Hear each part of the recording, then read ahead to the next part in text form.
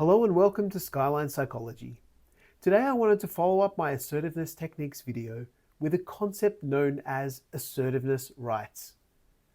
I found this handout saved on the hard drive of a hospital I used to work at, and when you come across a random resource from a random textbook you've never seen and it's this good, you scan it and hoard it for all time. To help clients, of course.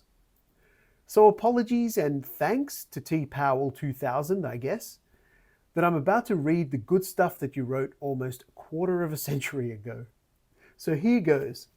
Powell starts by saying, the underlying philosophy of assertiveness training is based on the premise that we're all equal and that we all possess the same basic rights. Many people seem to have forgotten or have never been told that these rights exist. The goal of assertiveness is to stand up for your rights without violating the rights of others. I'll say that again because I think that's a good one to remember these days. The goal of assertiveness is to stand up for your rights without violating the rights of others. Aspirational. I'll share each of the rights and then my little riff on them. 1. I have the right to express my feelings. This is true. While Stoicism has its place, sometimes connecting with other humans is a good thing to do. And one of the best ways we can do this is by sharing how we feel, so that the other person has a chance to connect with us. 2. I have the right to express my opinions and beliefs. Yes, I think you do.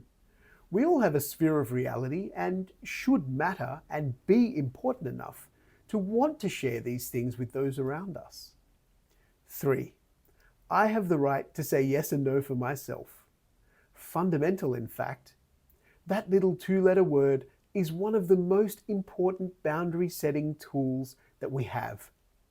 Further to this is the idea that we have free will and can use it when we, well, will it. 4. I have the right to change my mind. Sure, you can change your mind. We're dealing with the rights here and not necessarily the consequences, but still, it's important to know that just because we decided something once upon a time, that we're not beholden to it for the rest of our lives. Also, if we change our minds and people get upset about it, well, we just have to deal with that, I guess. We should be able to change our minds and not feel crushed with obligation. 5. I have the right to say, I don't understand. This is particularly important if people around you are narky or critical. Saying that you don't understand is a great clarifying tool, which can reduce ambiguity and encourage stronger communication. You don't want to be caught just smiling and saying yes when you didn't hear what the other person said. Now, would you? Awkward. 6. I have the right simply to be myself without having to act for other people's benefit. This one comes across a little sassy, but it's usually a crowd favorite in session. Too long have we taken other people's problems on as our own, either because others lump it on us, or our poor boundaries attract them like a magnet. Like the safety demo on the plane says, please fit your oxygen mask before assisting others. 7. I have the right to decline responsibility for other people's problems. Once again, either through poor boundaries and rescuer mentality, or because others don't like to take responsibility for their own stuff, this one needs to be said as you model taking responsibility for your own problems.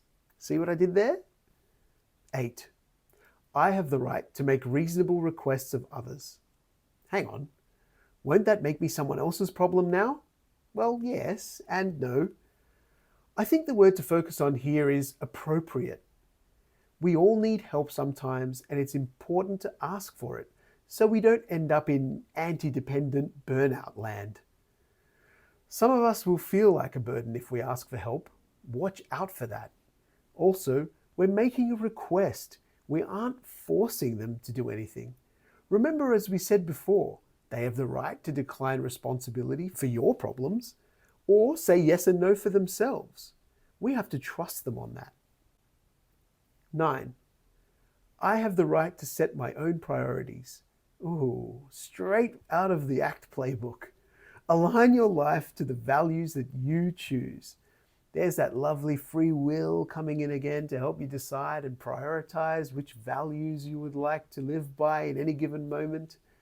When you do this, you'll feel the empowering agency coursing through your body. Results may vary. 10. I have the right to be listened to and taken seriously. Often we don't share what we think or feel or need because we think too little of ourselves or have that niggling, I'm a burden thought flare up. Well, remember that you matter and you're important, so speak up, silly. 11. I have the right to make mistakes and feel comfortable about admitting to them. This allows us to tap into the very essence of humanity, which is that we're perfectly imperfect and therefore accident and mistake prone.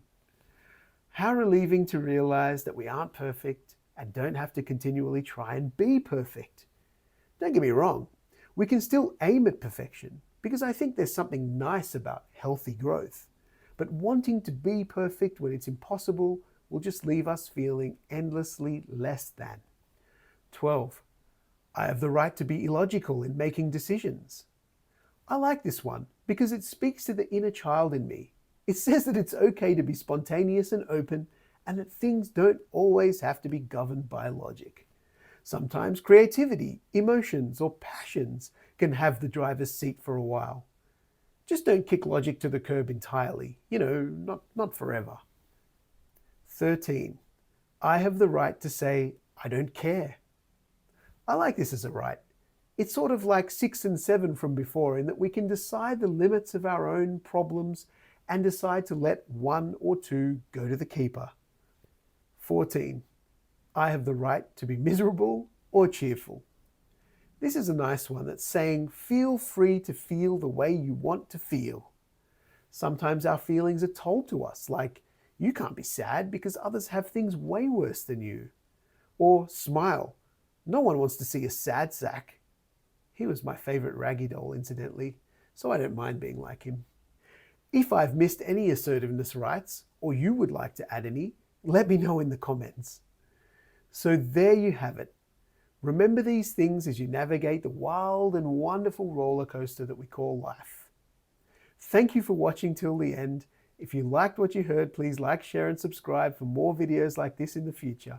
As always, for bookings and appointments, please call or reach us through our website, and I'll see you in the next one.